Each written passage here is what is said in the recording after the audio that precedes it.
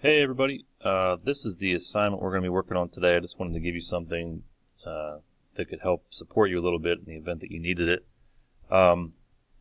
Here's the colored photograph on the back side, and this is really going to be the reason we're jumping into it. Questions 6, 7, and 8 from the passage "The Worst Mistake in History of the Human Race" by Jared Diamond.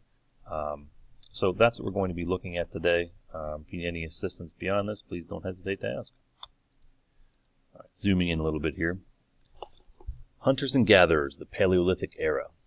The earliest humans were hunters and gatherers. The men hunted and the women gathered edible plants. As hunters and gatherers, men and women were nomads.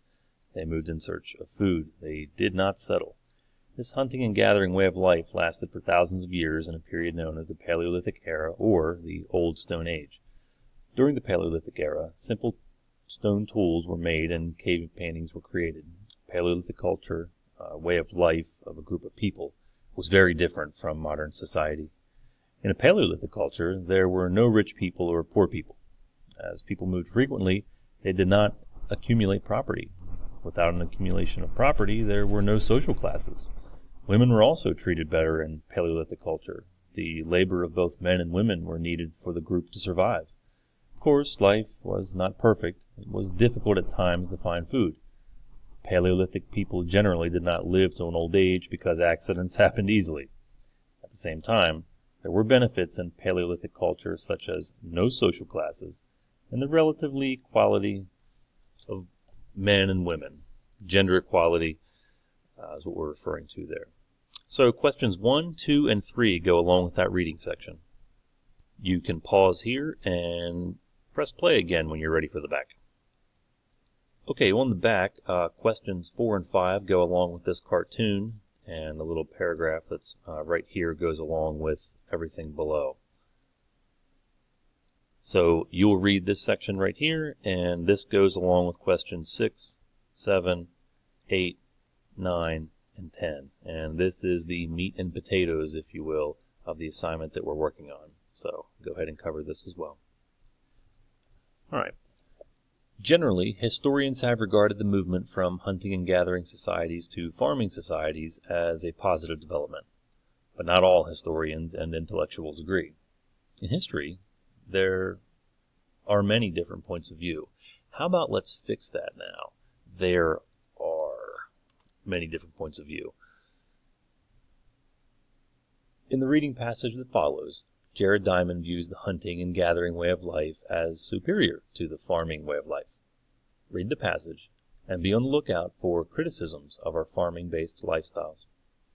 And here is a passage from The Worst Mistake in History. There are at least 3 sets of reasons to explain the findings that agriculture was bad for health. First, hunter-gatherers enjoyed a varied diet. While early farmers obtained most of their food from one or a few starchy crops, the farmers gained cheap calories at the cost of poor nutrition.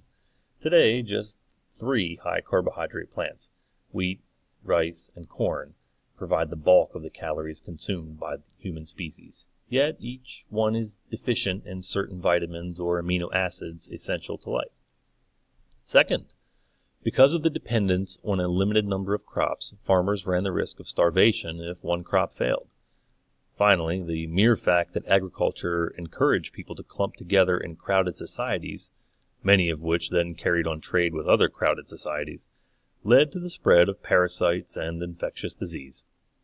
Some archaeologists think it was crowding, rather than agriculture, that promoted disease, but this is a chicken and egg argument, because crowding encourages agriculture and vice versa. Epidemics couldn't take hold when populations were scattered in small bands that constantly shifted camp. Tuberculosis and diarrheal disease had to await the rise of farming, measles, and the bubonic plague, the appearance of large cities. Why is that underlined? There it goes. I think I'm going to try that last sentence one more time. Tuberculosis and diarrheal disease had to await the rise of farming, while measles and bubonic plague had to await the appearance of large cities. Yeah, I like that better. All right, kids, good luck on this assignment, and we'll see you at the end of class. Bye-bye.